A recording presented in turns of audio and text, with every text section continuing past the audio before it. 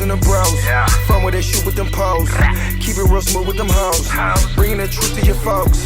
Bears, brews and the bros. From where they shoot with them poles. Keeping it smooth for you hoes. Bringing the truth to your folks. Yeah, get paid. Going against the grain. Push a hard line like renegade. Page and Doc, time to operate. Nothing sweet when the sweetness debate. Yeah, you know the drill. Stack more paper. Major players, led by the fornicator. Smoking J, he fucking the game up. Came up, dropping fire since day one. Yeah, it's brews and the bros. From where they shoot with them poles. Keep it real smooth with them hoes. Bringing the truth to your folks. Bears, brews and the bros. From where they shoot with them poles. Keeping it smooth for you hoes. Bringing the truth to your folks. Yeah, Bears, brews and the bros. Yeah, Bears, brews and the bros. Yeah, Bears, brews and the bros. Yeah, Bears, brews and the bros. Tap in, be sure to subscribe. Smash that like button. Drop a comment. Yeah.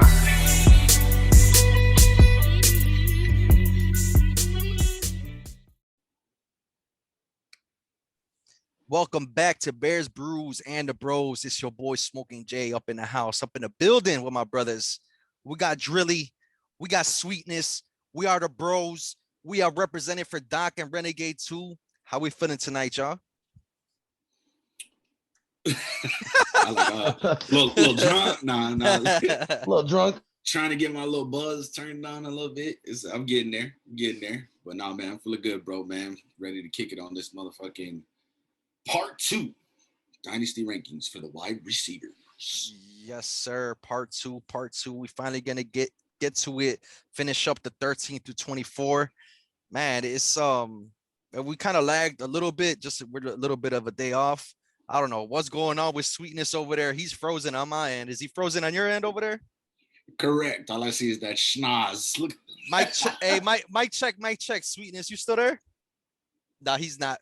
All right, well, fuck it. We'll take it from here though. 13 through 24. That's where we're gonna dive in. And yeah, man. I mean, we broke down the first 12. That was straight. And you know what? This is the consensus rankings. This is Dynasty, and 13 to 24 is usually gonna be a mixed batch of wide receivers. Maybe not those well-known wide receivers, and that's what we're here for, bro. To let everybody know what we got in store for them. So I'm gonna kick this shit off. I'm pretty sure Sweetness is gonna jump back in. He's got the link. When he comes back in, I'll let him join the pod. Jamar Chase at number 13 though is who I got over there in Cincinnati, highly touted out of LSU. And this dude, a lot of hype behind him, when it came to people talking about, oh, he's like the next OBJ coming out of over there, stuff like that. And man, he's gonna make an impact. He's already got Burrow. He's already got the connection with him. We already know how, it's really important to have that connection coming out of training camp. He's already got that connection with him going into training camp. So it's gonna be dope to see him on that Cincinnati Bengals team. That defense is horrible. We talked about it a lot, and they're gonna have to make some plays. They're gonna have to put up some points. And we were talking about too how the fact that you have all these receiving options and you have Joe Burrow healthy, it's going to help for fantasy output. And not even just that, they were on a number 1 pace last year when Burrow was at the helm. They were running the most plays per game. They were up there. So if Burrow could stay healthy, we should be good to go. We should be able to see Jamar Chase come out and do some big things. So for a rookie, yeah, we got him number 13. A lot of people might be like, that's pretty high. He hasn't proved anything yet in the game. We get that. But this guy's handpicked by the Cincinnati Bengals and Joe Burrow ahead of that O-line that got offensive lineman that got picked over there in Detroit. What's Buddy's name? Yes, sir. So, and left he's tackle. Generational talent, they said. So that lets you know how they feel about Jamar Chase. So yeah, man, big things for Jamar Chase coming, I believe, already his rookie year, man. How you feeling about it? Oh man, Brody, bro, this is great. First of all, I was surprised in the draft that Penei Sewell didn't go to them, knowing that O-line help that they did because it just sucks. But at the same time, though, we got Jamar Chase coming in. What a great fit with Burrow. I'm thinking that he's going to eat right away. The reason why we got him at number 13 is because I think the rest of the fantasy community always believes too. Like he got drafted to Cincinnati and immediately became the wide receiver 1 over there. It's nuts. You know what I'm saying? Everybody, analysts, this is the best guy, that's the best wide receiver that's been drafted, and they got him up there with the likes since Julio Jones. You know what I'm saying? But another thing, you know what I'm saying, is a Biletnikoff winner, one of the best motherfucking offenses with college football when Burrow and him were doing it, won the Biletnikoff Award, and guess who was the fucking wide receiver 2 over there when he was the wide receiver 1? Fucking Justin Jefferson. And we just see what he did last year. So we know we agreed. And then on top of that, you're gonna give him the quarterback that he did it with. I'm saying, come on, dog. You know what I'm saying? Like that's a no-brainer to me. Yeah, that's a no-brainer to me when it comes to Jamar Chase. We got him up there because we believe it. The rest of the fantasy community believes it. And it just is what it is. I understand that there's 2 other wide receivers over there that they got to feed, but we see Joe Burrow do this, bro. He's the nigga that motherfucking, he can handle all 3. They don't have a tight end over there that's worth mentioning at all. Those targets are gonna be there, bro. And for anybody to get drafted and immediately become wide receiver 1 material, bro, he's a top dog, bro. So I'm with it. Yes, sir. We just talk about Jamar Chase. So kind of you to join us again, Sweetness. We talk about Jamar Chase here. We pretty much just broke it down really quick. What are your thoughts on him? First year entering the league, highly touted, coming from that LSU, from that program. We know what they do over there with the wideouts. But like Drilly just said, man, coming to Cincinnati with the quarterback that was throwing him the rock in college, man. What you think? Yeah, they put up crazy numbers in college. I don't have the numbers in front of me, but I do know that they're probably one of the best duos to ever do it as far as receivers go in college. Then you go to the Bengals, you reunited with them.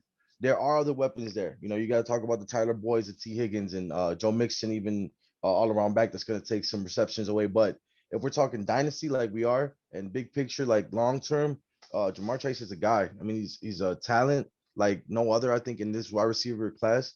So yeah, I mean, there's a reason why he's there. I actually had him in my top 12, but I'm good with him here too. I mean, like I said, his talent compared to all the other receivers that came out in this class, I think he's a tier up from most of the guys on that list. Cool, man. We're gonna go ahead, get into the next wide receiver. Coming in at number 14 on our Consensus Dynasty wide receiver list is Chris Godwin, man. Chris Godwin, Tampa Bay, got franchise tagged, playing for 16 mil this year. And yeah, man, trying to play for a contract. So we're gonna see what's gonna happen in the future with him. But for right now, he's in Tampa. He's got Tom Brady throwing him that rock. This is a high potent offense. Another one of those, they want to throw the ball all over the place and run up the score with Bruce Arians over there. But so Chris Godwin, man, like the thing with him is you do got to wonder, where is he going to end up next year? Well, like this is just all of us. We could take a guess and shoot. All of us would probably be wrong. We have no idea. You know what I'm saying? But one thing's for sure, the dude's highly talented, man. He's able to put up points. He's able to produce with either Jameis Winston throwing him the rock or Tom Brady. So, you got, 2 different type of quarterbacks right there. But, last year, 9 red zone targets. He caught 6 of those for touchdowns. Now, it's great efficiency rate, but that's something that's not going to be expected for somebody to be able to produce almost a 70% clip out of your red zone targets. That's almost unheard of. So, the touchdowns might dip a little bit, especially with Gronk coming in and being more of that red zone target that Tom Brady loves. He's got the chemistry there. You got Mike Evans there, and you got Antonio Brown, who should be playing a full season. So this upcoming year, I think Godwin is probably not going to be who we want him to be. His full potential is really going to be realized after this year when he ends up leaving Tampa, or if he stays in Tampa. If he stays in Tampa, that means some moves are being made with Antonio Brown or something like that. But yeah, man, the only concern I got with him is his target percentage over there, and he was only getting 14% Like I said, red zone targets. Gronk was getting 25. Mike Evans was getting 23. Now Antonio Brown coming in after a full year with the, playing a full year, that's going to take a dip.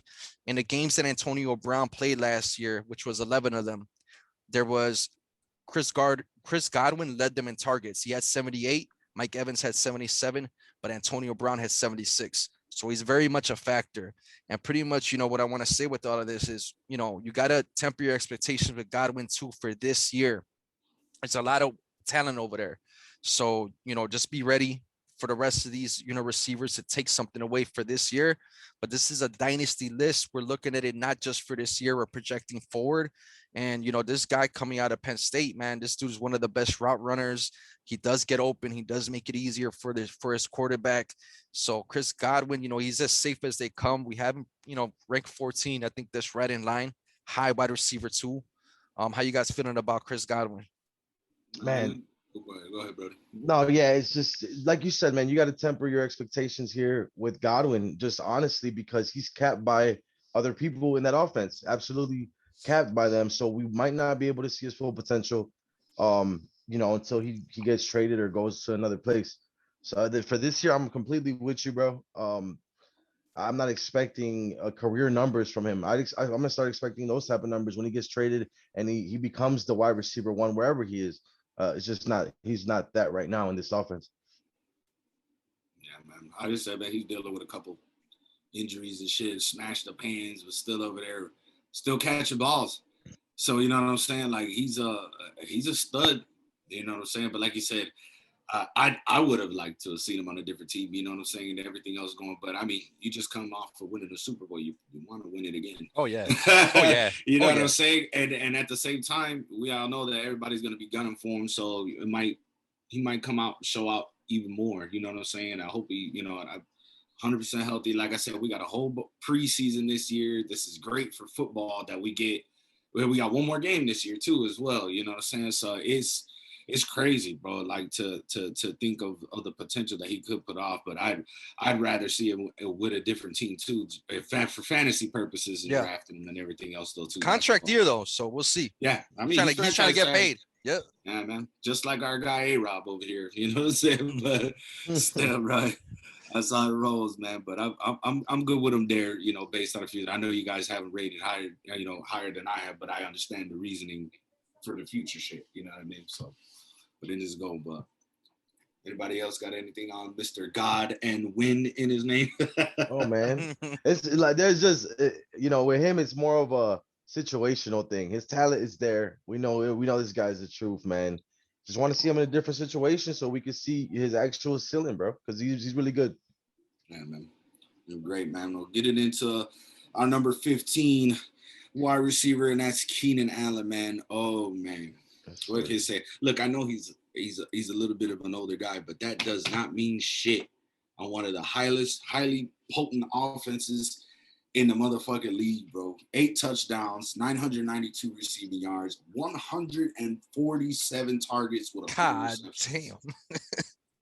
Yeah. This dude's a target hog. Now, if we're talking about more than target hog, average 8.5 receptions on 12.2 targets per game.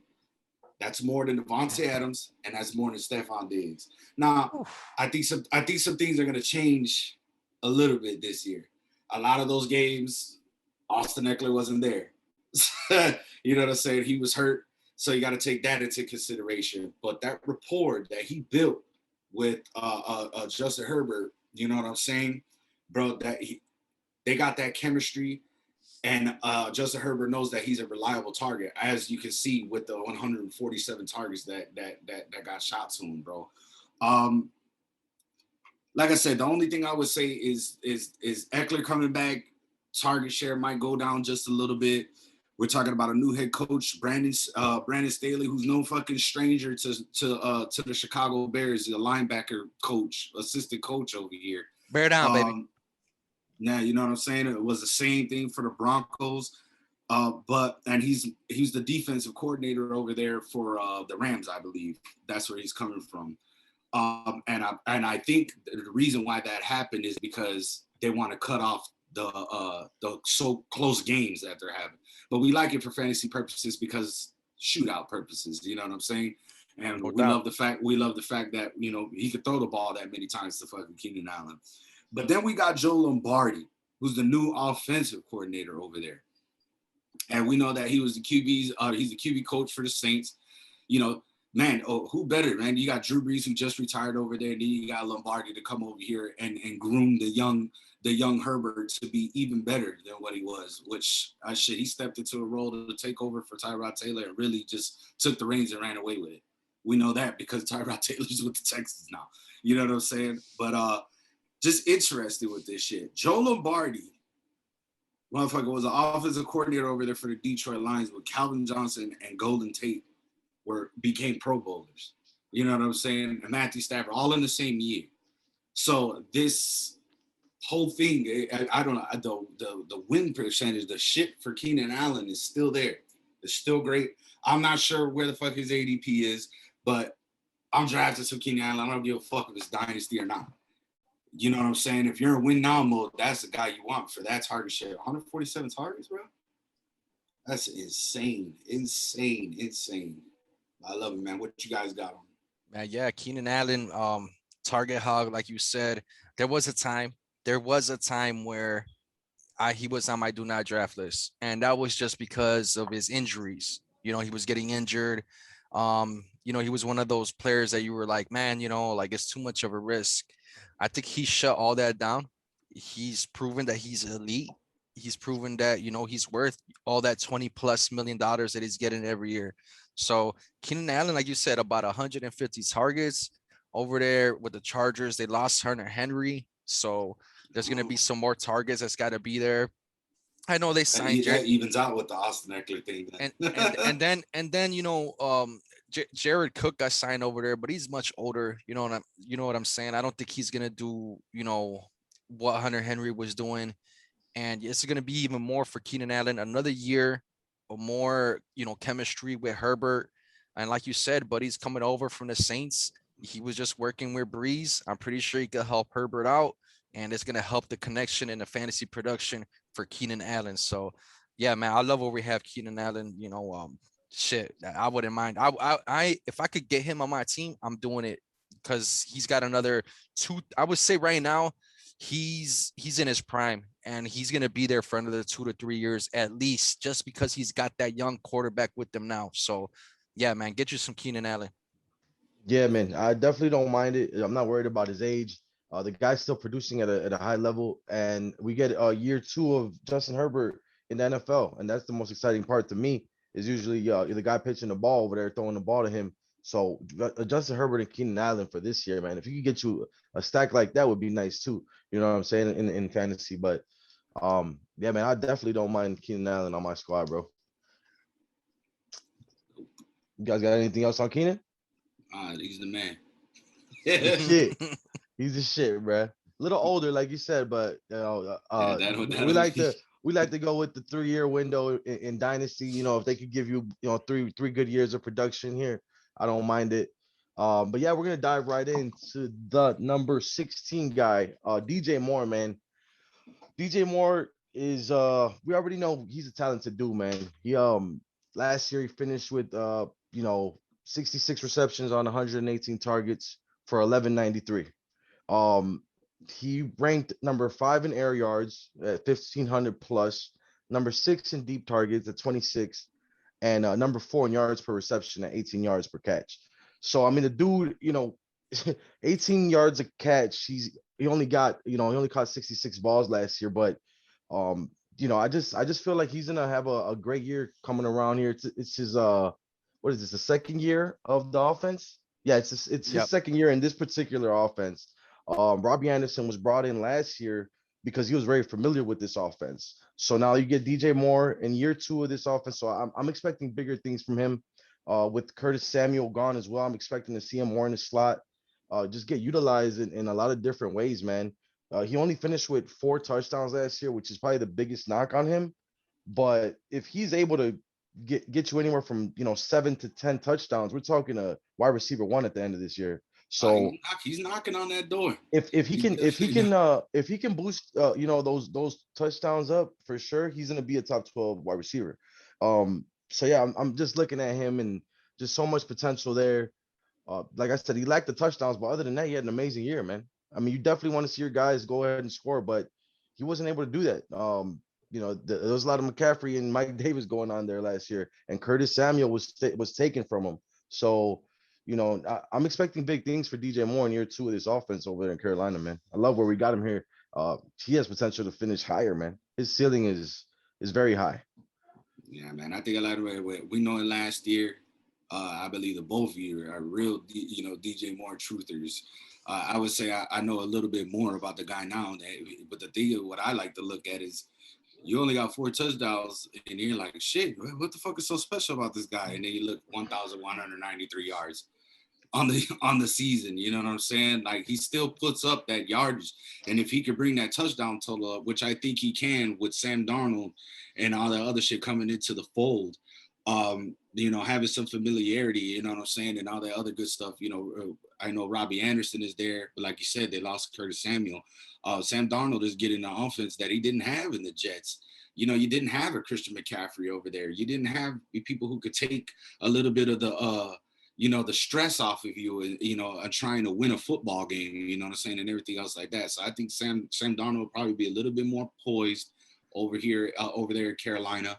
And you know what I'm saying, and the people to benefit from that is DJ Moore. The biggest thing that you can motherfucking do, bro. I can see those touchdown numbers definitely coming up, bro. And And he's one of those guys that he's down to go across the middle of the field and go ahead and snag some of these middle of the field type of routes. Not afraid to take a hit.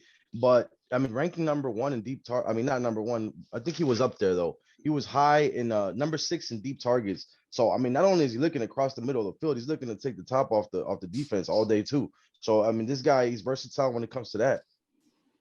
Yeah, he's not even the fastest guy. Robbie Anderson's faster. Yeah, that's crazy. man, I like DJ Moore, man, but there's a lot of questions with him. A lot of questions. First and foremost, you were talking about his touchdowns has got to be up. 4 touchdowns is the most he's ever scored in a year. He's been in the league for 3 years. He's entering his 4th season. He scored 10 touchdowns total receiving touchdowns in 3 seasons. Yeah, Curtis Samuel's gone, but they drafted Terrace Marshall, who Joe Brady, the offensive coordinator, is really familiar with from LSU. So I feel like that's going to come into play. CMC playing hopefully a full season. I think that's going to come into play. So DJ Moore, yeah, if he gets double-digit touchdowns, he's going to be a wide receiver 1. Sam Darnold's coming in, and we were just talking about chemistry. He's already got that chemistry with fucking String Bean, with Robbie Anderson right off top. And then, he's coming in. Yeah, DJ Moore will probably play in the slot, but I heard that Terrace Marshall is going to be playing out of the slot too. So I think if that really does happen, whatever advantages that we thought DJ Moore was going to have out of the slot, Terrace Marshall is going to take that away. DJ Moore, though, he is a fucking talent. He does get open. He does break out big plays. And like you said, averaging 18 plus yards of reception. That's crazy. Big playability, my bad.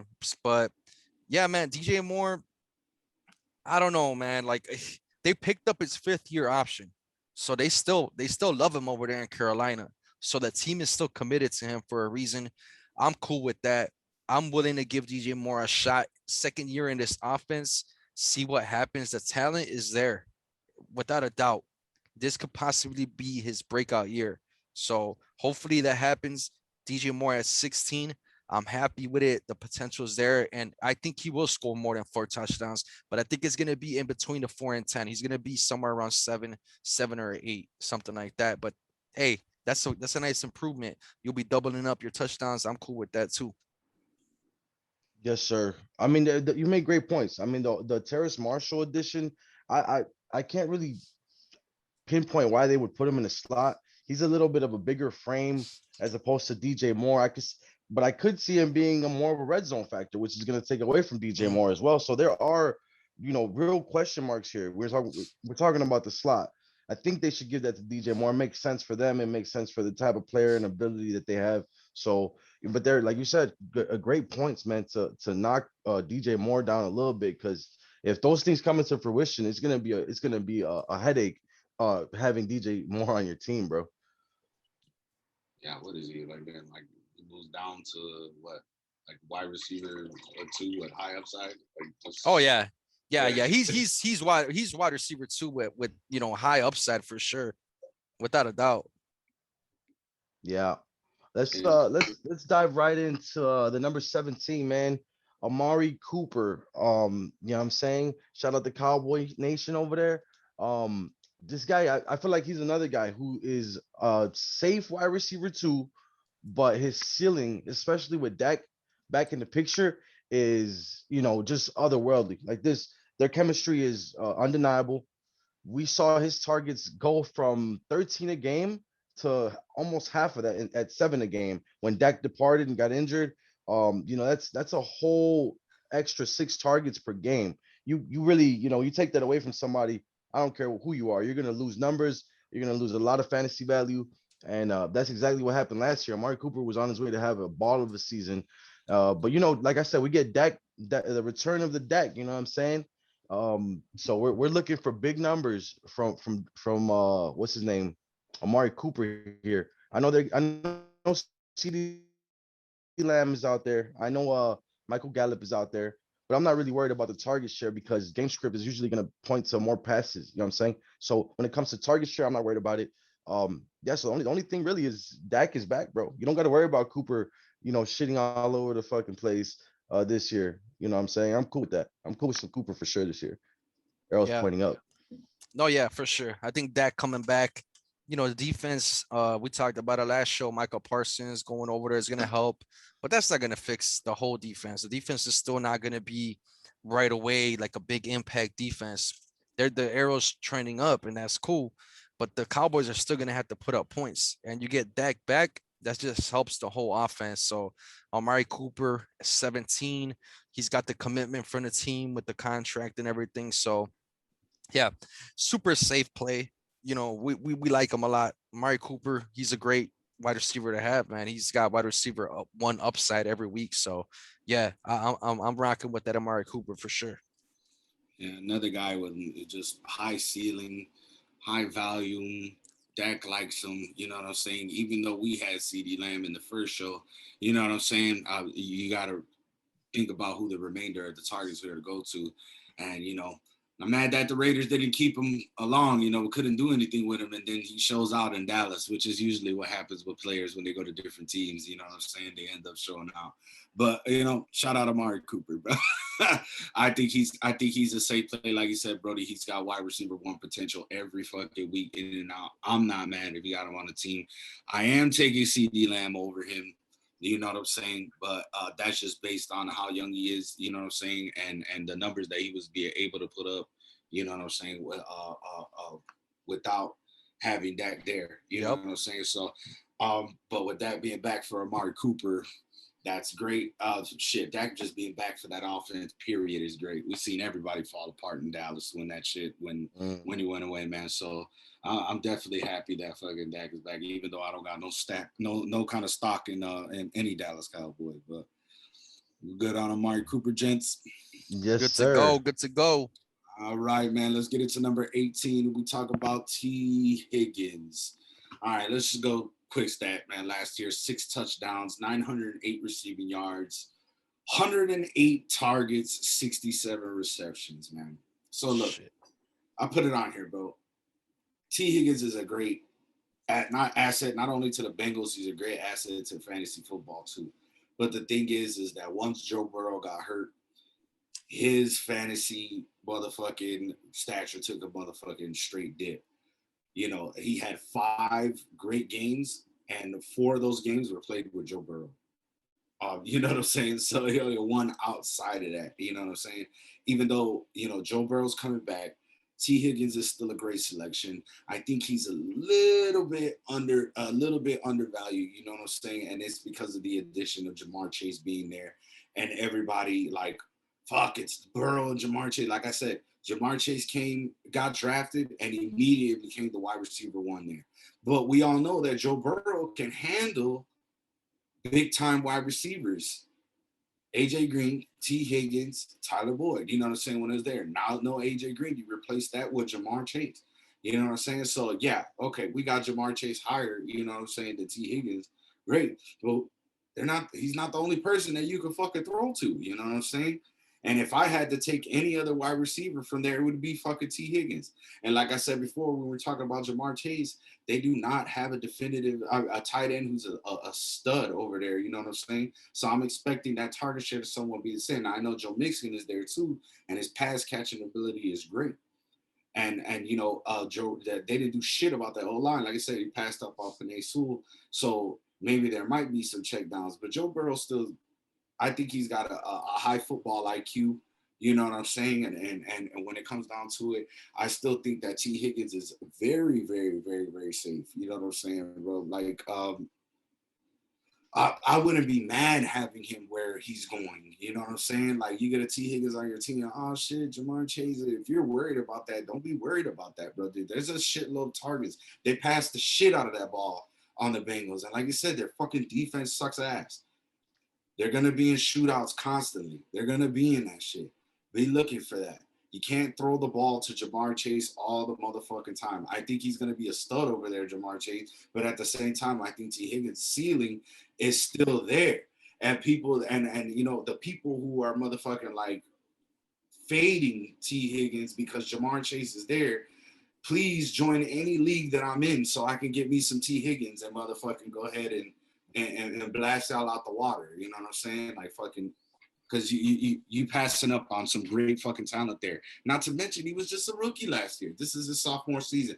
I'll take that NFL experience, you know what I'm saying, and use that at the ADP that he's at. I don't mind fucking getting him. You know what I'm saying? Fade him if you want to. I'm getting me some T. Higgins if he's there.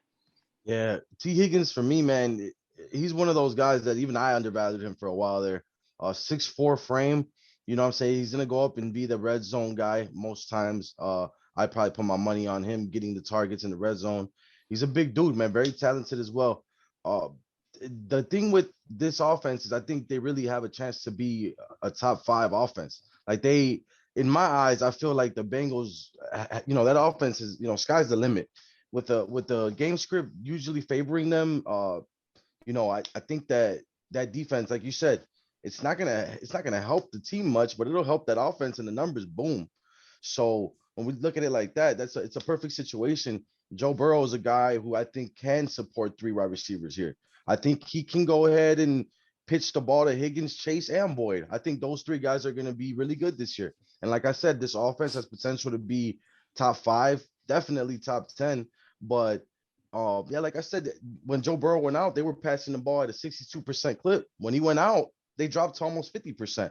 It's a whole 12 to 15 point drop off from his, like how much he used to pass the ball after with what was it, Ryan Finley and whoever the other guy was. Yeah, they just completely stopped passing the ball in the way they used to before when Joe Burrow was there. So totally. from 62% to 50%, it's a big drop off.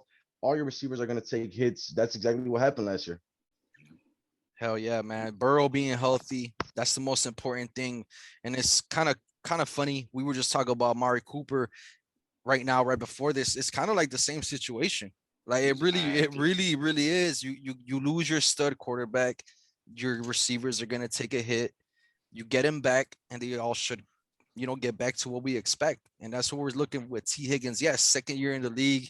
He doesn't have like, you know, this big resume or whatever. But one thing he does have, he's got a connection already with Burrow. Like Brody said, really, like most of his big games came with Burrow. That's not a fluke thing. You know what I'm saying? So you should be able to see him coming into this year, be able to ball out, because this team, again, they're going to have to put up points to compete. It's just a matter of fact. That's what's going to have to happen. So I feel really comfortable with T. Higgins. You know, if anybody's sleeping on him, anybody's, you know, down about him, especially in your guys' dynasty leagues, go ahead and target him, man. Go and draft for him, man, before he starts popping off and starts proving that, you know, yeah, maybe he's not going to be every week #1 wide receiver, but he's going to be as steady as they come just because of that offense and what they have to do. So this guy is definitely like a high wide receiver 2 every week. but his seating is a wide receiver 1 every week too. Yeah. And So how long is Tyler Boyd? How long does Tyler Boyd have left in that I offense as think well? I think that it's just this year. Yeah, so let's say this is his contract year, and something doesn't work out. Now you got this is why these are the dynasty rankings, bro, for the future. So T. Higgins that can actually have a really good year this year, and be in an offense maybe next year where he doesn't have to deal with the Boyd or anybody else to that caliber. Because Boyd, I feel like he's really good, but if he doesn't make it on the team, after this year, you're looking at instead of having him here, we'll have T. Higgins on the front end of these wide receiver twos instead. You know what I'm saying? And Jamar Chase would definitely take a bump up here. But Jamar Chase and T. Higgins, I feel like they complement each other really good too. It's like the small guy, the small burner, and Jamar Chase, and then you got your big boy and T. Higgins. So you got the X and the Y right there. Perfect compliments to each other for the future to come, I think. hell yeah. Absolutely. Hell yeah. Let's go to the number 19 wide receiver on our dynasty list. That's Brandon Ayuk. Brandon Ayuk for the I was San, just thinking, San Francisco 49ers, bro. Brandon Makes you, Ayuk, man. The makes you want to say it. the yak king coming out of college. And this guy, man, it's one thing he can do is get the yards after catch. Last year only played 12 games. In those 12 games, he had 60 receptions, 748 yards, 5 receiving touchdowns, and 2 rushing touchdowns, which is big. That the fact that they use him all over the field and every single type of formation, they find ways to give him the ball. Let's not forget, and I know this is probably a lot of people will be like, oh, it doesn't even matter. But still, you lose your starting quarterback in Jimmy Garoppolo, or you lose your starting quarterback on any team. That's a big hit right off top. So now you got Jimmy Garoppolo coming into this year, but then you draft Trey Lance. So now you're either way, the quarterback play is up. It's gonna be higher and better than what it was last year, which should open things up for second year in the league, Brandon Ayuk. In the games he played, he averaged 15.4 PPR fantasy points. That ranked 15th amongst all wide receivers. Every single one of them that ranked 15th. So you already know this guy is a wide receiver too coming into this year. Don't look at him as nothing less than that. Please do not do that. That's a big mistake. Remember, like I just said, the quarterback play is being elevated no matter who's in there, with whether it's Jimmy Wapo or motherfucking Trey Lance. That motherfucking Wapo. Jimmy Wapo, hey, whether Illinois it's boy, Illinois boy. whoever it is, you're getting better quarterback play. So, I know one thing about the Niners, they're always injured, right? You think about Kittle, Debo, and even Ayuk, and all the fucking plethora of running backs that they've ever had.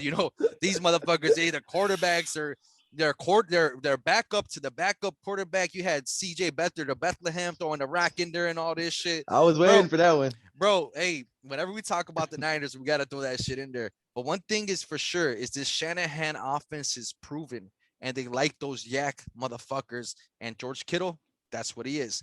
Debo, that's what he is. Motherfucking Ayuk, that's exactly what he is. Last year, weeks 5 through 7, all 3 of them actually got to play. Let's talk about their snap percentage. George Kittle, of course, 96%.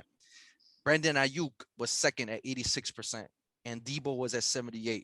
So that's showing you where the Niners see Ayuk. Don't forget they did trade up to get into the first round to draft Ayuk, and Ayuk ranked number 2 out of rookie wide receivers in fantasy points per game. He trailed only Justin Jefferson. So let's go. Brandon Ayuk season. You guys know how I feel about it, man. I love me some Ayuk, man. Let's go. He's your guy. You know what I'm saying, though, too, Ben. You can't look past this guy and then to put up whatever numbers, to see the yak percentage, to see the snap percentage, and then to, and him being injured, you know what I'm saying, and everything else like that, though, too, to still pass up on this guy. What's great is that, like I said, a lot of people are faded and be like, oh, man, the 49ers get hurt all the fucking time. Oh, please let me get that. It's not like you're going for the running back over there in the 49ers. That's a little bit more harder to decipher. But wide receiver wise, like you said, fucking Kittle, Ayuk, Debo. That's what the fuck is going on over there. And that's what the fuck they have. You know what I'm saying? Like, nobody else has stepped into that shit and motherfucking really outshined any of these cats. You know what I'm saying? I love fucking Ayuk, bro. I love fucking Ayuk. 5 touchdowns, 748 fucking yards, 96 targets, 60 receptions. You know what I'm saying? Like I said, Jimmy Garoppolo being hurt, man, it was tough for the 49ers last year. Like if you had to put that American Red Cross sign, it'd be right there on the fucking. You know what I'm saying? Like they were shit. posted. They were posted. Yeah, how many times did I see the 49er symbol with the little handicap guy on there? Yeah, You know what I'm man. saying? Like it was fucked up, and it was crazy. You know what I'm saying? So it was treacherous and horrible last year for 49ers fans, but fucking, you know what I'm saying? But they're still a great team, even with all that shit. You're still a great team, and they make That's the it. coach. You know what I'm saying? Yeah, it That's is it. Shanahan in that office. You know what I'm saying? Yeah. But fucking man, you can't pass up to what IU does. You know what I'm saying? And everything. And Yak is real big for me when it comes to fantasy. Fucking period. You know what I'm saying? Not only catching the ball for for a bomb. You know what I'm saying? But at the same time, it's what you can do after the catch that gets you Exactly. those points. That gets you those points. That volume. Because in the fantasy world, volume is what fucking what gets us over. The Yep. more chances we got, the better chance we got at fucking winning the fucking goddamn fantasy match. You know what I'm saying? And Ayuk is one of those guys. Definitely. One more thing before sweetness, you touch on this. Fucking pause, right? Motherfucking Ayuk. Matt Harmon, we know who he is, man. Shout out Matt Harmon, reception perception. And this guy, he charts out wide receivers. And he looks at every single matchup they have, man-to-man, against man-to-man coverage, against zone coverage, press when they back off them, or what kind of routes they're running, fly routes, the short routes, the intermediate routes, whatever it is. And he said that Ayuk is next up. And this is the same guy that has scouted Allen Robinson back in the days in Jacksonville. He said he was next up. We already know what's up with A-Rob, bear the fuck down. We've seen what's up with Ridley, another guy that he scouted. We already know what's up with him. Scary Terry, another one of those guys. And now Ayuk is the next one in line. So, yeah, man, Brandon Ayuk, I think the arrow is all the way up. Trade for him right now. Try to get him on your squad. It's about to it's about to be go time for this guy. Yeah, man, Ayuk, and that's great work by you and checking out Matt Harmon and reception perception. I mean, he's calling all these guys, man. So he's got something. He's got something in the mix right there where he knows, he sees it, and he recognizes the talent. So that's a guy I'm definitely gonna be keeping more tabs on. I'm not gonna let you be the only one using him as your source. So I'm gonna go ahead and start paying more attention to him. But yeah, man, you guys hit Ayuk on the head. This offense is very, I don't want to say basic, but we know what we're gonna get. You know what I'm saying? And with the running backs, we don't know what's gonna happen. And frankly, we don't care because we're not drafting them anyway. You know what I'm saying? Unless you get Right. unless you get a great value somewhere like a Trey Sermon down the line or a value like that, and you can take a shot at an RB like that. But other than that, man, the guys that are gonna catch the ball is simple. It's gonna be Debo, Ayuk, and Kittle. And knock on wood, Kittle's just very injury prone, and that's just a fact. So if he goes down, man, those numbers are going up for Ayuk and Debo. The one thing about Ayuk, I mean, they're probably going to be looking at him to stretch that field a little bit more this season. They got a taste of what he could do. I think he's going to take the top off defense a lot this year. Just talented, bro, on another level. He's like a faster, more elusive Debo Samuel to me. So I think he's going to be the guy to make the splash plays and take a bigger leap than almost probably anyone on that team this year. So definitely get you a piece of Ayuk, man. I fucks with it. Ayuk. That takes us to our what number did we put Evans on here? We got it. We got him at 20. Yeah. We got Evans at the dub, straight 20, man. Man. Yo, Mike Evans, yeah. If y'all know what that means, man, sorry about that. But that so Mike Evans, bro, man. Excuse me, I got a burp coming, but it's not coming out. So Mike Evans, bro, this guy on another level. Okay, so I know a lot of people are going to say Antonio Brown's going to be here full season, full off season with Brady and the whole nine, right? There's going to be a lot of talk about that, about Gronk and obviously Godwin on the other side. But Mike Evans has been doing this shit for a while now, man. No matter who's around.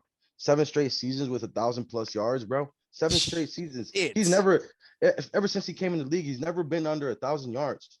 5 of those seasons, he scored 8 or more touchdowns. He just had a career high in touchdowns at 13. So yeah, give me the Antonio Brown or Gronk. Jesus Christ, you know what I'm saying? Give me the Gronk or the Antonio Brown argument, and I'll tell you guess what, bro? It doesn't change what Mike Evans is or his role or the red zone targets that he was, you know what I'm saying? Just the best at number 4 in red zone targets and number 4 in touchdowns, which means that usually when they went to him in the end zone, they usually found him. So the thing with him is people will also use the argument that maybe he's a little bit too touchdown reliant. Well, you know what? That's okay because he's a fucking red zone machine. If there's a guy that I want to be touchdown reliant, it'll be him. You know what I'm saying? But the argument is fair. You know what I'm saying? In 7 games where he scored under or had under 80 yards receiving, he you know what I'm saying? What's the no? Hold on, I'm mixed up here. I think I'm reading the wrong guy. Hell no. No, it's Mikey. It's for sure. But the whole thing is like in those 7 games where he was under 80 yards, he kind of saved himself by scoring a touchdown, which I'm kind of fine with. But it's one of the few guys that I'll be cool with being a little bit more touchdown reliant, even though it sucks, right? We don't ever want to rely on a touchdown, but he scores them, and he kind of scores the most at that position for touchdowns. So I mean, he scored 2.27 points per fantasy in per target in fantasy, bro. So he That's didn't even have. stupid. Yeah, there was a note on AJ Brown that was similar like that, bro. Yeah. You got Smoking Jay brought it up. You don't even got to catch the ball and you're scoring points. He's at 2.27 per target, ranked number 8 overall. Like I said, man, he's your perfect like picture of a wide receiver 2. Oh yeah. And the upside for me is definitely, you know, somewhere in the top 10. So this dude is, like I said, he's on another level. He's got his own role on this team. He's the only guy that does what he does on this team, and he's been doing it for the longest time as well. With you know what I'm saying, whoever you wanted to put at quarterback at times.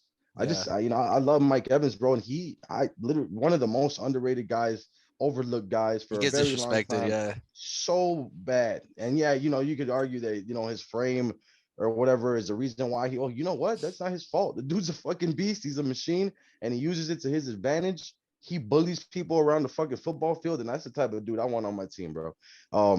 Like I said, fucking 5 seasons with 8 or more touchdowns, bro. This guy scores. This is what you want, bro. This is the kind of wide receiver that you want. And honestly, bro, the way I see him dropping in drafts like all the time, we're going through some drafts right now, and he's dropping, bro. And I'm looking at him like, damn, I can't believe he's dropping that much because he has never really given you a reason to not draft him. So if you're fading him for whatever reason because of the Godwins and Antonio Browns, you know what I'm saying, just leave more of that stock out there for me, bro. Because like I said, he hasn't steered us wrong yet. The definition of consistency at the position, bro.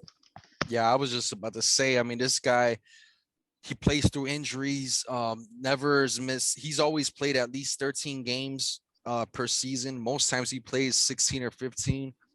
Man, dog, like what else do you want? Like there's gonna be games, like you said, where he probably won't have the receiving output that you want as far as catches and yards, but he'll save his ass with a touchdown or two. But how about the games where he puts it all together? How about the games where he gets all those motherfucking targets and all those catches and all those yards, and then he scores 2 or 3 touchdowns in those motherfucking games? How about those games? And when he does that, he comes up, as the number 1 receiver for the week, and he is more than capable of pulling out these games, especially with Brady there. I know we don't know what's up with Brady for the future. I think he has another year or 2 left at least. And that means great things for Evans. But Evans has produced no matter who the quarterback has been. But let's not forget, famous Jameis was the one over there throwing him the ball. And they were always not on the same page. There's so many plays that I saw that Evans he'd be running a whole different route. He'll be running a whole different route. And I don't know if it was on Jameis or on Evans, but my whole point is this. He's been able to produce with a quarterback like that. Of course, he's going to produce with Brady. And we don't know what the future holds at the QB position. But one thing's for sure, Evans is as consistent as they come. So, yeah, man, Mike Evans falling in drafts, all that. If you could get him for the low right now, go ahead and get you some Mike Evans.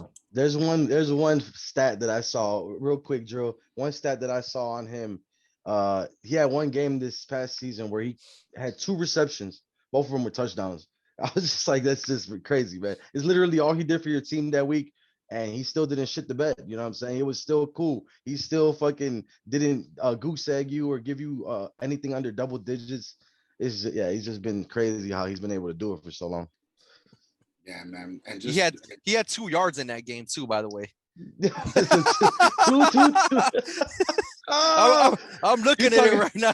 He's talking about the definition of a goal line wide receiver. I never heard of one of those. What but the fuck? there it is. Man, take it away from that though, man. The caveat what y'all are saying, bro. We also get the news that motherfucker Tom Brady during the whole last year wasn't actually 100%, and now he gets the cleanup of his motherfucking injury. He's coming in. Maybe that deep ball is a little bit more there, but Mike Evans has always been in that category for me as one of those give me that receivers. Anytime that ball goes up, give me that. Yep. Give me that motherfucker. Give me that. Give me that. And not only that, I watched tape, and all last season, I've seen a lot of pass interference calls. You know what I'm saying, being called. You know what I'm saying, on whoever's defending him. Just imagine if those calls, you know what I'm saying, they don't motherfucker pass interference. You know what I'm saying, and motherfucker, he's able to go up and get that motherfucker rock and go ahead and make it count. Marshawn Lattimore. 13 touchdowns is fucking nuts, bro. You know what I'm saying? That's got to be the most on that fucking squad. You know what I'm saying? Like, shit, bro. The dude's a monster, bro. Period. He's a give me that motherfucker receiver. He's done, like you said. Give me that. He's passed, I don't know how many motherfucking seasons of getting 1,000 plus receiving yards, bro. And not only that, we could just call it every season. Every season he's done. Season, you know what I'm saying? So he finished wide receiver 11 last year. You know what I'm saying? I know we're talking dynasty. He's a little bit of an older guy. We don't know how long Tom Brady's going to be along, but right now, take it along for the ride right now. Yes, we're not telling him to, hey, wide receiver 1, Mike Evans. You know what I'm saying? No, we're not saying that. You know what I mean? Go get you the value that you want to get first. But at the same time, having a Mike Evans in your wide receiver core, it doesn't hurt you. I feel like we disrespected him on this. I think he should be a lot closer to Godwin. I really, really do. I was thinking about it too, you know. But I'll tell you this: it's not. My rankings at? I was just about to say it's not because it's really though. Yeah, and I had him. It was just one of those like. Yep.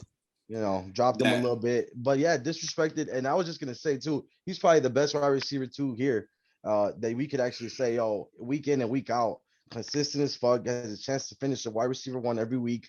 I mean, it's just this dude is unreal, yes, man. Sir. Oh, man, give me that, man, bro.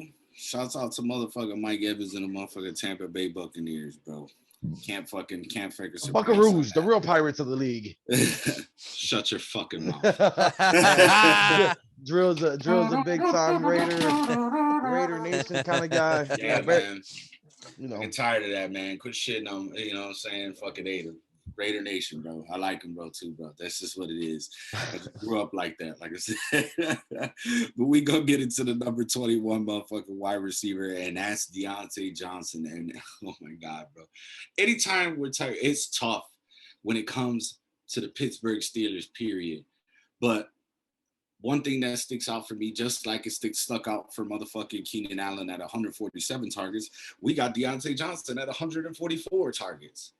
Come on, bro. He's playing out of the slot. We got Noodle Arm Ben the rapist, who his depth yards, but he can't fucking get the ball down there. I don't know, man. Unless this guy motherfucking got Jack's arms from Mortal Kombat in this motherfucking offseason, you know what I'm saying? I don't see that shit changing, bro. He's looked for Deontay Johnson motherfucking early and often, bro.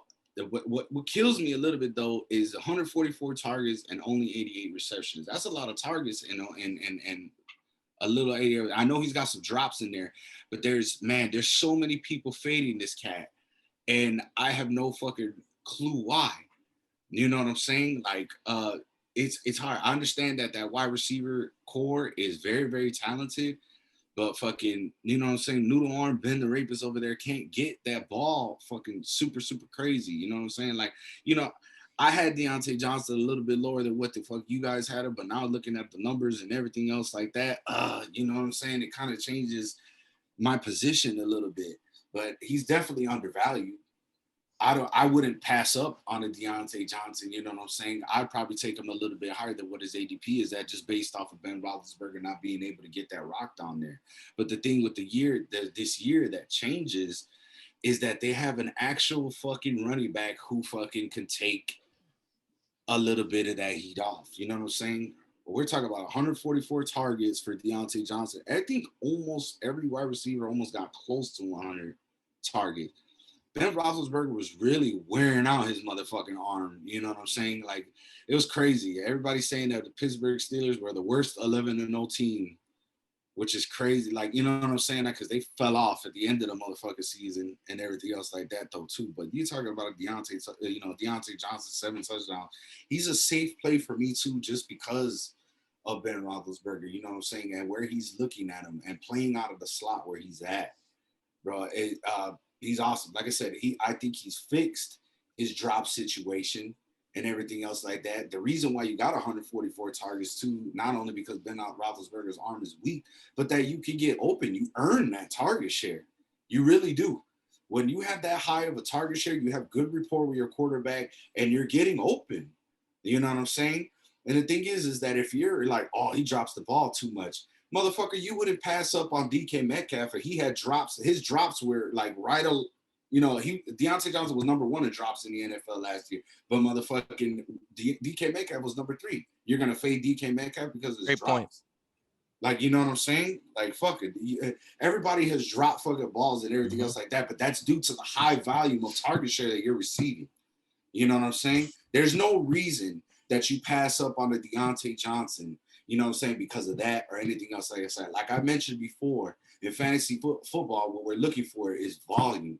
And the fact that this guy is playing out of the slot, getting 144 targets. I know Najee Harris is coming in there. That's going to affect it a little bit, but I'm thinking that Ben Roethlisberger's arm is going to be a little bit more reserved because Najee Harris is going to be able to motherfucking take that toll off of fucking Ben Roethlisberger.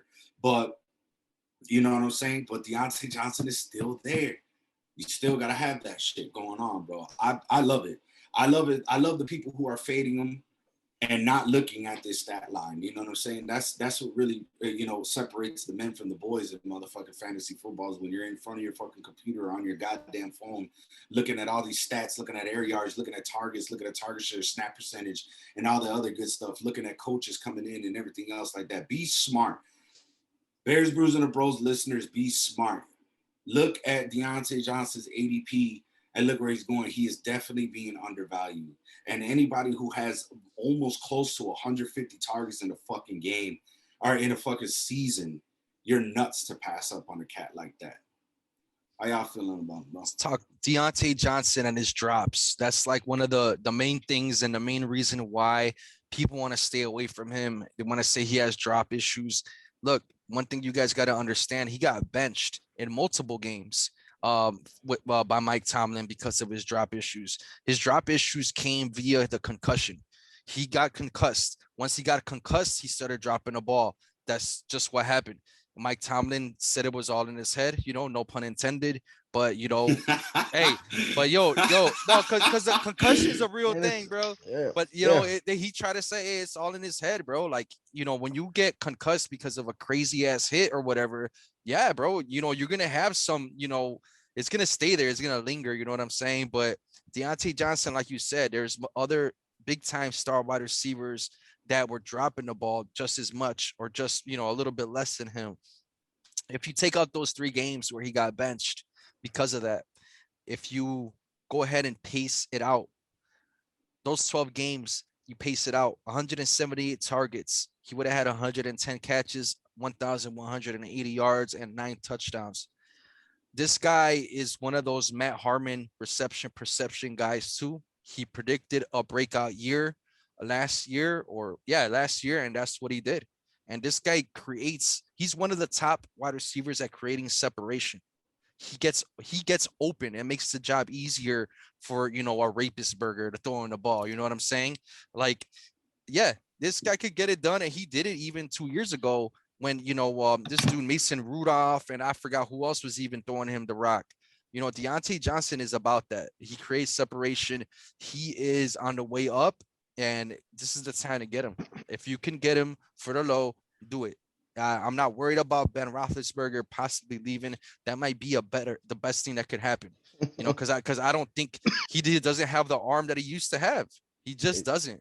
So it's just a good thing to have a wide receiver like Deontay who gets that open for you when you have a quarterback that doesn't have the same arm that he used to have. So Deontay Johnson, man, coming in at 21, I still feel like, we should have had him a little bit higher or lower, I guess, depending how you want to view it. But yeah, I love me some Yeah. Deontay Johnson. I kind of think that where we have him is perfect because of the question marks and getting peppered with 144 targets. That's great and all. I don't think it's the best situation because of Big Ben, like you said. Now, I think he averaged like 6 or 7 yards per reception. A lot of that had to do with Big Ben's inability to go downfield. So a lot of those targets were not quality targets at all.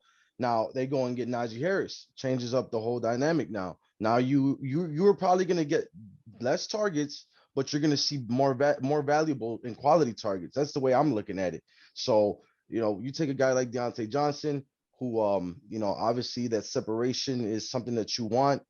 I don't know what's going to happen with Juju. They're talking that he might play the slot a little bit more. I think Deontay Johnson is just fine there too, man. I don't really want to see him on the outside.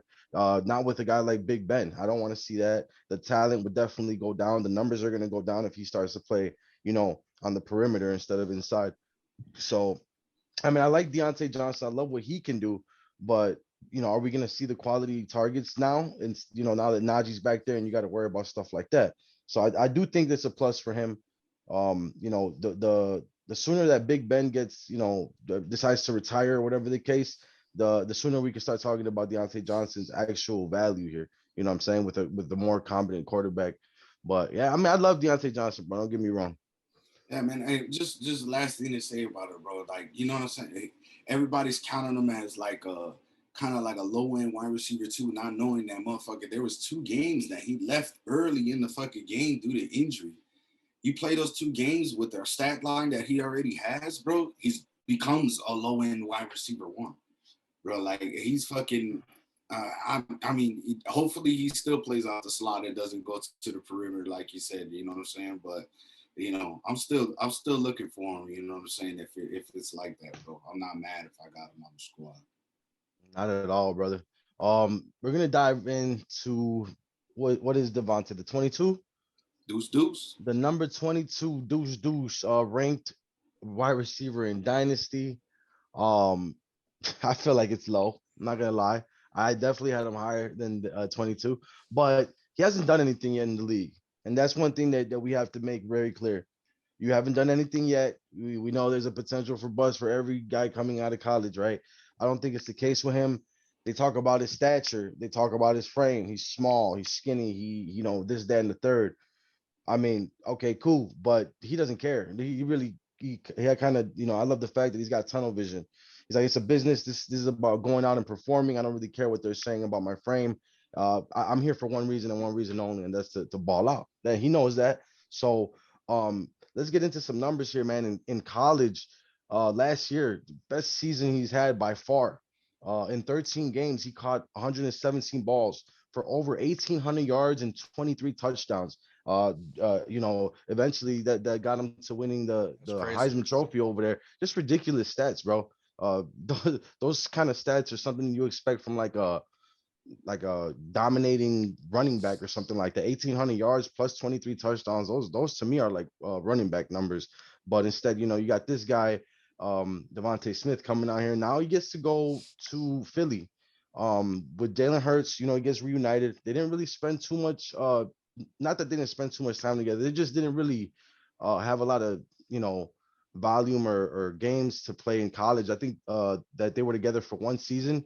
And after that, Jalen decided to take off and go to OU or whatnot. But it's a perfect situation for a guy like Devontae Smith on a team where there's really not a talent out there when we're talking about, wide receivers. Who's there? Greg Ward, Jalen Rager, Travis Fulgham, guys like that. And all these guys, I mean, one of them finished 84th overall as a wide receiver. The other one 58. The other one 66. So all these guys didn't finish any higher than a number 60 wide receiver overall. With all the opportunity in the world to do so, they just couldn't get it done.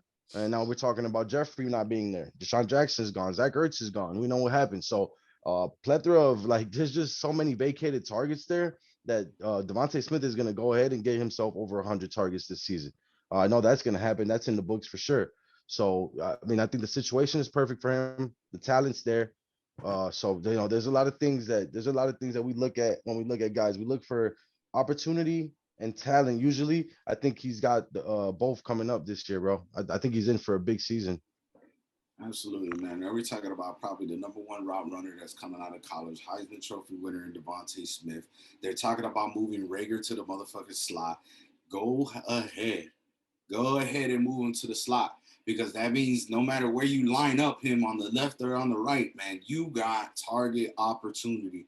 And Devontae Smith, he could fucking eat you up. And what better place for him to go than the Philadelphia Eagles, who don't have nobody? They're gonna have to fucking rely on the, you know what I'm saying? Jalen Hurts is gonna have to rely on that camp.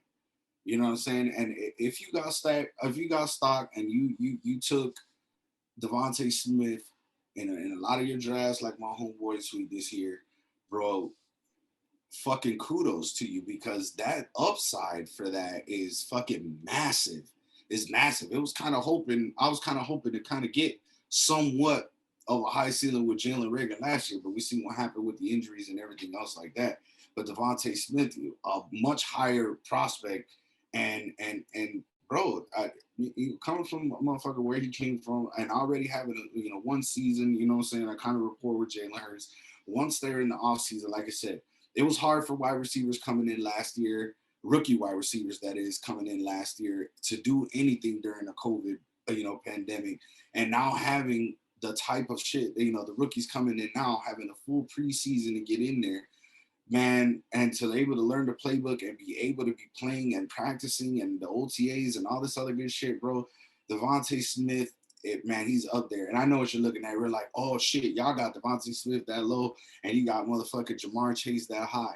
We're talking about record-breaking numbers with motherfucking Joe Burrow and Jamar Chase, you know what I'm saying? And then we got one season that was played, you know what I'm saying, with motherfucking with Jalen Hurts and Devontae Smith. But the thing is that fucking, there's still a massive upside there. Just because there's nobody else there. Like you said, man, Dallas go there. Jalen Rager, hopefully he stays healthy. You know what I'm saying? And everything else like that, though, too, man. Devontae Smith has the biggest opportunity to come out of here and motherfucking do his thing, bro. And I honestly think that he's going to win, bro. I agree, man. That's the thing about it is you can have all the talent in the world, and that's cool. But if the opportunity isn't there, it doesn't matter. Sometimes it's more about opportunity. When you have the talent meeting opportunity both at the same time, and that's what we're looking at right here, that's when shit's gonna take off. You got a quarterback in Jalen Hurts who's got something to prove. There's already trade talks going on. I don't know if you guys heard that. There's already trade talks going on that the Eagles want to get Watson. Hurts will for sure be in that deal if that happens. But, we can't predict the future. That's just what's going on right now, as far as rumors go. Hurts got something to play for. He's trying to prove that he is that quarterback, that starting quarterback for an NFL franchise. So he's going to come out and do his thing. He needs somebody he can rely on. And why not look for somebody that makes the job easier for you? We were just talking about Deontay Johnson, how he created space with his route running. What do you think Devontae Smith is going to do? He's going to make his job easier for his quarterback. Going to make his job easier for the whole team. So, yeah, Devontae Smith coming into Philly is going to help that offense out. He's going to help his quarterback out, and he's going to have big-time numbers. I love Devontae Smith. I think he's going to have a big year. Wide receiver 2 for sure for me. What's up? Check it out, because I didn't mean to cut you off. But every time I hear about this kid, they say that he's a motherfucking gym rat. They say that his mentality is always in the sport. And one person that reminds me of a person that way is Kobe. You got a Mamba mentality? You got a Mamba type mentality? And you're a motherfucking NFL wide receiver? Bruh, man, hey, sweetie, bruh, I'm a little jealous. Yeah, man. What's up, Devontae Smith? Give us some Devontae Smith. Yeah, man. I mean, it's really opportunity, man. We see that there for him. So, yeah, Devontae Smith, I think by this time next year, he's going to be, a lot higher in our rankings for sure. Yeah, wide receiver 1 for sure, bro. I wouldn't be surprised to see him crack it the back end of the wide receiver 1s. It wouldn't throw me off or surprise me whatsoever. That's the ceiling, right? But they try to comp him. I think I was reading on Fantasy Pros to a Marvin Harrison type build. I am. Once you start saying names like Marvin Harrison in comparison to this kid, I'm that's a gold. That's a win for me right there, bro. So they Marvin Harrison was a little heftier, probably weighed like 10 more pounds than him. So they're talking a lot of shit about Devontae Smith's frame and the whole everything you could pretty much knock on a guy that's too skinny, a little too fragile for the way that the game is or whatnot. But I'm just not buying into that, man. I'm Shit, I'm well, definitely I'm definitely on the side with the athletes that are told that they're too small. I mean, how many times have we heard it? You know what I'm saying? Too small, don't have enough juice to compete with the big guys in this league. I don't see it like that. I think talent trumps everything at the end of the day. So definitely on Devontae Smith, bro. Yeah, Y'all see it. he's gonna come out. He's gonna come out and shut everybody up with that talk because the talent is there. You don't win a Heisman Trophy putting up those numbers on some fluke shit. Not at all, bro. And the defense was keying in on them. It's not like they saw the game before, the week before, and they were like, nah, we don't got to worry about. No, they were keying in on this guy, and this guy was still balling out. So, yeah, bro, Devontae Smith coming in at 22. Let's talk about our number 23 wide receiver. It's Jerry Jeudy, another baller, another second-year wide receiver we're talking about. We have a lot of them on this list. And man, over there in Denver, it didn't go as planned, for Jerry Jeudy. But still, man, he was still able to do his thing. He was still be able to get open. I have some stats on him. He had the most yards per reception last year with 16.5, a clip that ranked third. These are the crazy stats to me. He ranked sixth in air yards in the whole league, sixth, but ranked 105th in catchable passes, 105th, bro. Then on top of that, target accuracy. Out of wide receivers, he ranked 107th. But despite that, he ranked 11th in yards per reception. Crazy that he was able to do that. But a Drew Lock and whoever the hell else was throwing him the ball over there, that Drew Lock sucks, bro. He sucks so bad. And I was I remember last year, I seen all these Instagram pages talking about, make sure you get you some Drew Lock. He has all those weapons and he's gonna succeed over there. Bro, he's a bum, bro. He's a bum. I could smell another Mitch from a mile away, bro. Drew Lock, that's exactly what he was, bro. We've been suffering over here in Chicago a bad quarterback play. I knew it. I seen Drew Lock play. I was like, this guy's a bum. They brought in Teddy Bridgewater. Pair him up with Pat Shermer over there. Let's see what happens. Because Teddy didn't play that bad last year. He didn't. You missed your number one offensive weapon in CMC. That's what happened at Carolina. That's what happened to Teddy Breezy. Let's see what happens in Denver. He's got weapons. You got Jerry Jeudy. You got KJ Hamler. You got Cortland Sutton coming back. You got Noah Fant. You got some running backs, the veteran in Melvin Gordon, the rookie in Javonte Williams. Shit, and you got Patrick over there. Tim Patrick is still over there. You have all these motherfuckers, but guess what? Jerry Jeudy's talent level is above and beyond. That's a fact, bro. We saw what he did in college. I just read you some stats right now that are low key that I know a lot of you guys, probably didn't even know about. But that's okay. That's why the bros are here. We got your back. Make sure you lock in Jerry Jeudy. If you're a dynasty startup, get him right now for the low while you still can. Matter of fact, even if you're not in a dynasty startup, go ahead and trade for him while you still can, while the arrow's pointing down still, because a lot of motherfuckers still have a bitter taste in their mouth about Denver and that passing offense. It's okay. Go ahead. Go get you some Jeudy, because that motherfucker's going to ball out this year. Mark my motherfucking words, bro. Jerry Jeudy's future outlook, it looks great, man. How y'all feeling about him? Yeah, man, I love some Jerry Jeudy, man. I'm talking about a guy who gets separation, who gets open. He's exactly that. A lot of targets last year, but not many quality ones. Like you said, the stats don't lie, the numbers don't lie. The fact that he ranked like 105th I don't remember the number you said, but in catchable targets is just ridiculously absurd. Yeah, that's right. We're not going to let 2020 throw us off, though. You know what I'm saying? We're going to 2021 with a different mentality as far as Jerry Jeudy goes. He is really good. and Teddy Beasley's there to change everybody's mind. But we're ahead of the curve. Don't stay away from these guys. Don't stay away from the Jerry Judys or the Suttons and people like that. But yeah, Jerry Judy, I would say by far is the most talented receiver on that squad.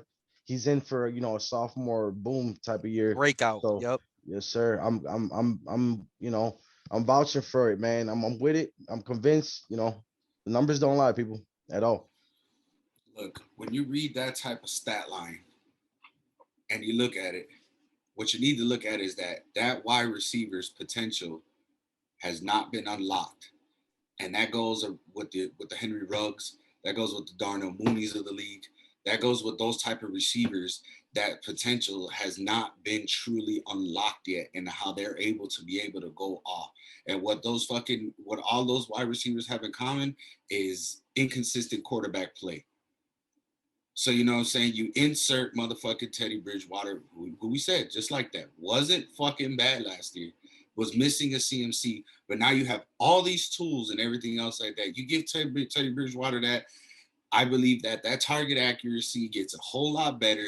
Jerry Jeudy fucking steps into the motherfucking role of Alabama guy, you know what I'm saying, coming out of that wide receiver core with the likes of everybody else. You know what I'm saying? You got to look at everybody else that came out of there. Devontae Smith, Jalen Waddle, you know what I'm saying? Guys that motherfucking succeeded. Everybody succeeded coming from there. We know Jerry Jeudy's not bad. His motherfucking goddamn potential has been unlocked, and it's sad and it's fucked up for fantasy owners that are like, yeah, I fucking love Jerry Jeudy, and then to have that kind of target accuracy and motherfucking not have all those passes passed to him, but they're not on target.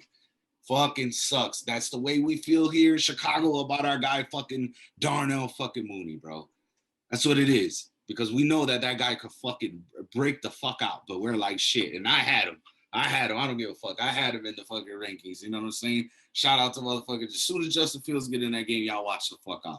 Darnell Mooney's going to be a motherfucking dog, man. That's what it takes. It takes a quarterback that can put the ball where it belongs. At least give your wide receiver a chance, bro. But when you hear those type of stats that we were just talking about, like that's the bottom of the motherfucking barrel right there. Now you got Teddy Roosevelt coming in. Shout out Bogart for that one. Teddy Roosevelt coming in. He's going to do his thing and put the ball. Yeah, Teddy Two Gloves. He's gonna put the ball in his spot. Will gives his receivers a chance to ball out. So I love it, man. All right, man. That's enough on Jerry Jeudy, man. Stay up, bro. Hopefully we get a good season out of you, man. But we're gonna get into the last but not least. And that's my guy Juju Smith-Schuster, the TikTok star. Fucking man, it's crazy. Look, bro. I know he's not the sexy pick. Not the sexy pick. Everybody's like, man, he fell the fuck off. Man, everything else that's what fucking going on and all this other shit, bro. It's just, and it's hard. Like I said, it's hard over there in Pittsburgh to pick motherfuckers in that wide receiver core, bro, because you don't know what's happening. We got motherfuckers that drop. But the one thing that, like I said, the one thing we have in common is that motherfucking QB play. That, what do they call it? The depth target yards or some shit like that. Like, we understand that motherfucking Juju's playing on the perimeter, and Ben Roethlisberger can't fucking launch that ball. Juju's an athlete. He's a stud. He's a stud. You know what I'm saying? It's just that you don't have a quarterback that motherfucker could get that ball like that. And not only that, his yak took a fucking hit from 2019 to 2020. A lot of people are fading him too.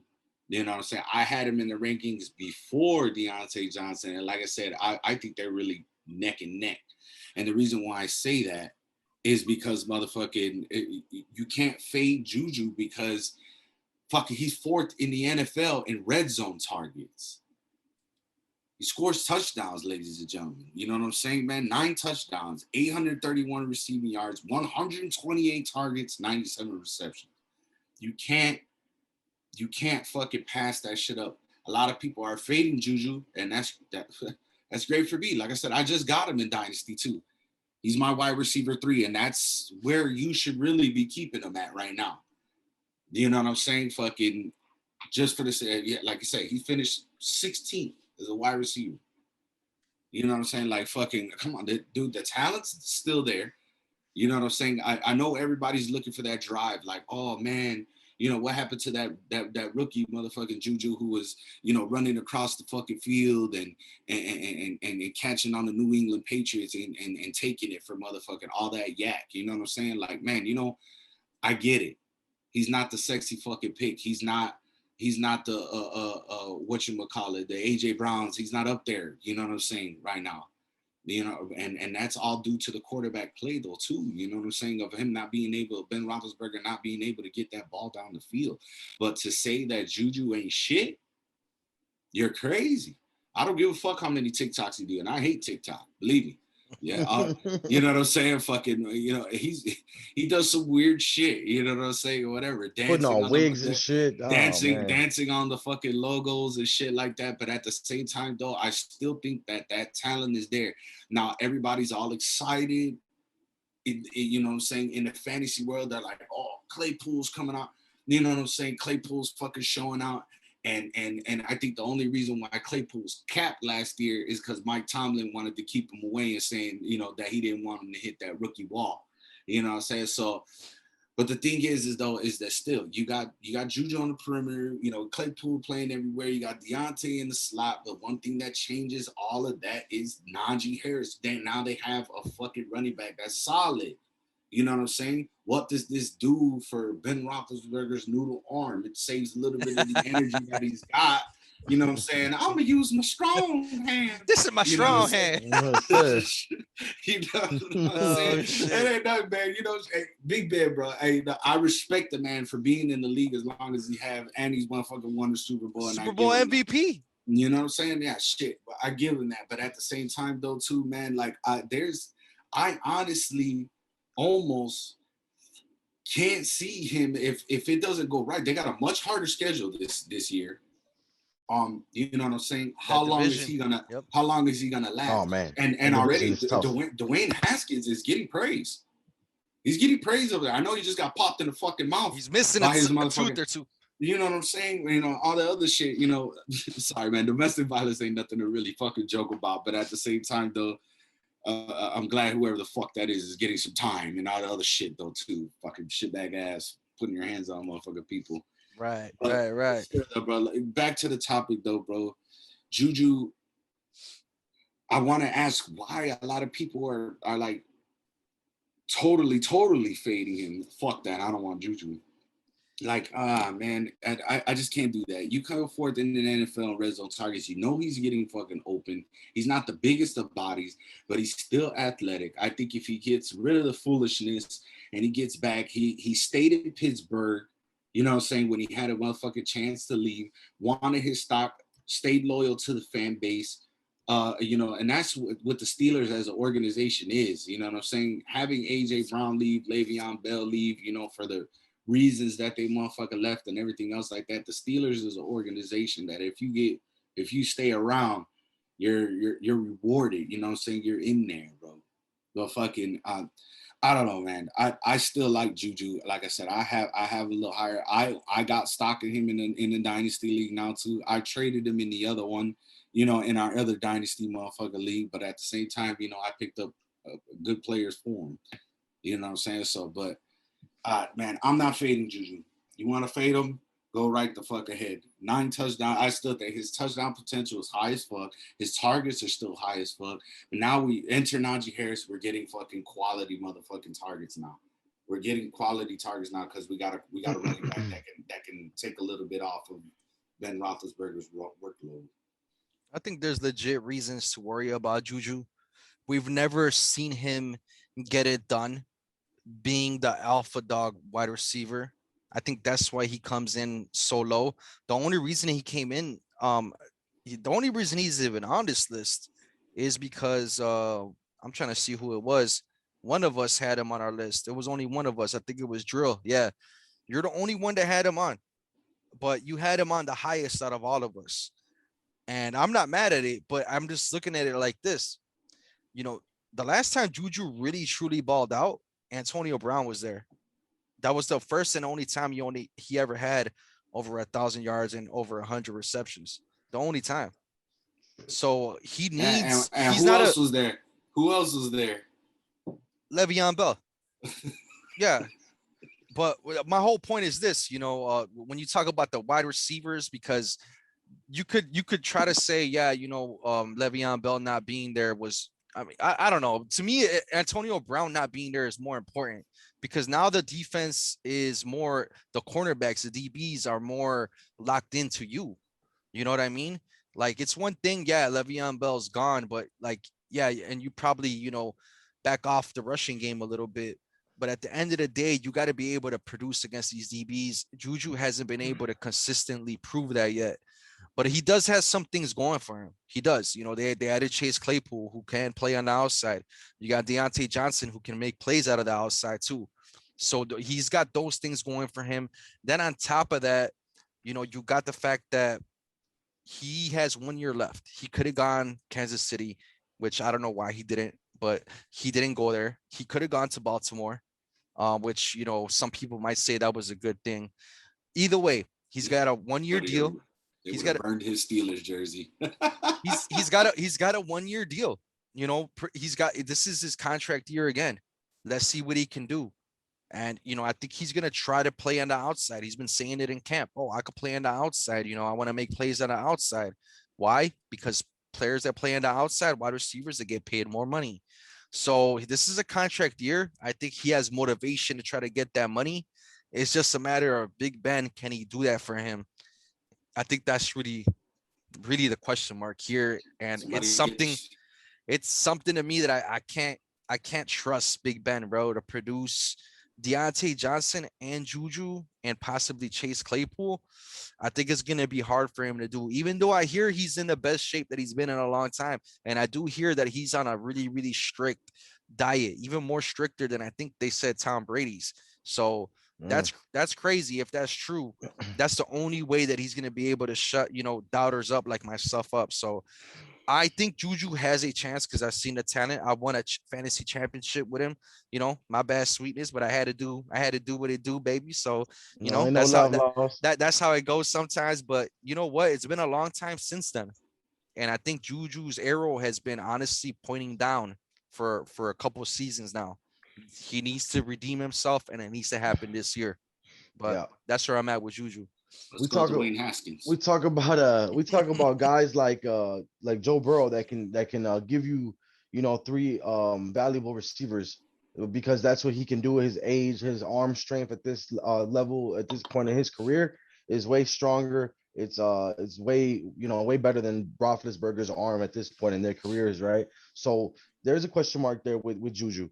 I think he's gonna take a dip in touchdowns because Najee's there now, and they're not gonna have to really look for him as a red zone threat.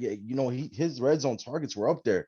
Do I think that they're gonna need to do that as much? I kind of don't, because Najee, we know he's the truth coming in.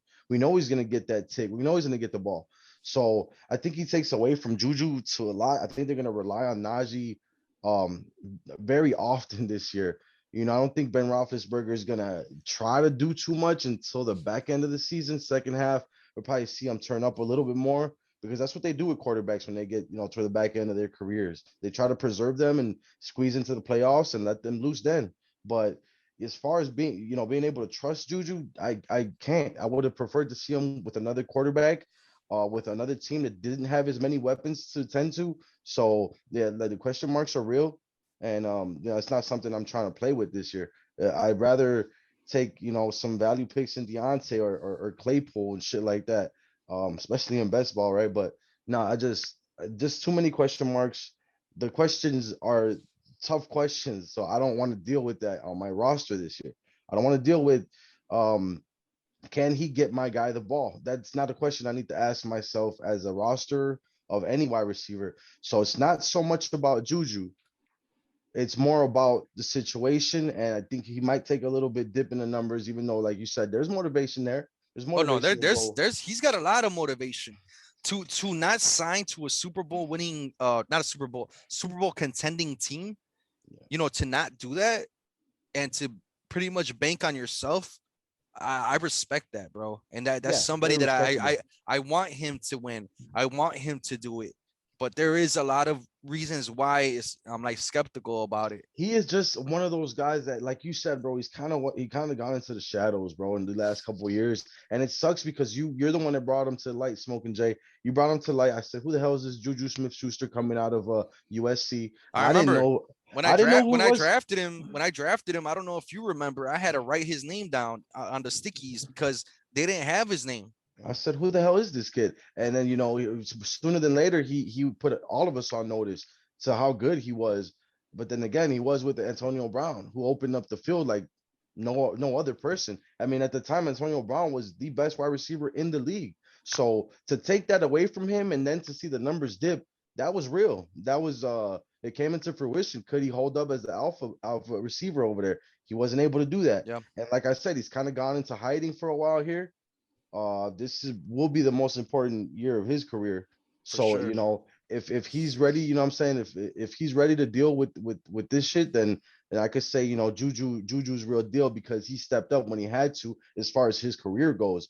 If he doesn't, and we see some decline in numbers, or we just don't see him perform to the talent that we think he was or think he is, then it's gonna be, it's gonna answer all the questions I have about him as far as like, am I drafting him ever again, knowing that he just cracked under pressure in the most important year of his career. You know what though? The thing about Juju is this, bro, too. Even if he has a bad year, if he does have a bad year, another good reason to have him in Dynasty is because if he's in a bad situation, he's gonna go to a good situation next year. There's no way he's signing to a bum ass team next year. He's gonna sign somewhere where he's gonna get those targets. So even if he has a bad year, Juju is still somebody you could still roster. Now, we told you guys why we don't feel too comfortable with him, but there is some positives to look forward to. The only thing is, can you wait that year? If this is a bad year or off year for him, can you wait one more year having Juju and being frustrated with them? And that's gonna be a call for you guys. Yeah, like I said, we're not telling you to motherfucker sit up in here and make him your fucking wide receiver 1. We're not even your wide receiver 2. But being at a wide receiver 3 or having him as a flex, you know what I'm saying? It's not fucking bad. Right. But you know what I'm saying? All I'm looking at is how the defense is going to play against Pittsburgh. And that's the only thing that's hard for me to accept because you're like, oh, we got to worry about Najee and everything else like that. And even if they do stack the box, they're like, well, Ben can't take it over the top on us. And if Ben motherfucking is not able to stretch that motherfucking field, the defense is gonna play it the way they play it every single time. And we're gonna see it early in the season too. Like I said, they got a tougher schedule than they did last year. They're gonna have to work hard. They're not gonna be 11-0 this motherfucking time. And believe me, I'm a Steeler fucking person. That's my father's favorite team is the Steelers. You know what I'm saying? So fucking it's big, man, bro. I like Juju, man, but at the same time, it's like shit. I could see Ben Roethlisberger riding a fucking pine pony mid fucking goddamn. You know what I'm saying? If he doesn't get it done, insert Dwayne Haskins, who has a little bit more of a motherfucking arm, and there you go. Juju might eat. You never know. I mean, he's a talented young dude. He is contract year. Like I said, there's reasons for him to break out again. So hopefully he does for all those Juju rosters. But man, that's all we got for today. That was part 2 of the wide receiver dynasty consensus rankings. Hopefully that helps you guys out. Make sure you guys send those DMs in. Any questions? We're getting close to draft day for redraft. But for dynasty, if you guys still got the startups, dialing up, get at us, man. We're here for you guys, man. Send those DMs over. We got the listeners league. It's getting more and more filled by the week. So make sure you guys check one of our recent posts on Bears, Brews, and the Bros. You'll get all the details there. You just got to make sure you're following the Bros, following us on YouTube, and following us on one of the streaming platforms. It ain't that hard. It's a free league, $100 if you win it, and an authentic autographed Cole Kmet jersey. I mean, come on, man. You guys are listening to us. You guys love fantasy. Why not do it? Enter a league and win some shit for free. You know what I'm saying? So this is us giving back to you guys. You know what I'm saying? This is, from us. Come on, man. Let's go. It's a no-brainer. I wish I could join the league, but I stole the Kmet jersey, so you're gonna get a Gonna get a Dwayne Haskins jersey. Oh Hell no. shit! What a drop off. Hey man, for next week we're gonna be dropping the bold prediction episode. And if you guys remember, if for all the old listeners who's been our day ones, you guys remember last year's bold prediction episode. That was a lot of fun. A lot of fun. So this year, hopefully we could bring that same energy, some nice bold predictions. It's all in good fun, man. We're not, it's gonna be a good time, man. It's gonna be a good time. We should have a special guest, Bo Jeezy, Bogart Scott Free of the GMM network. He should be in the house for that one. And supposedly Doc requested some time off from Santa, and he's gonna let him take the night off over at the North Pole. So hopefully we get some Doc action. Damn, Cody Parkey's gonna be on the show. Cody Parkey gonna be on the Parkey show, himself, man. bro, in the flesh. Hey man, for Doc himself, Renegade 2, motherfucking Drilly over there. Sweetness, it's your boy Smoking Jay. We will catch you guys in the next one. We appreciate the love. Bear the fuck down, baby. Right.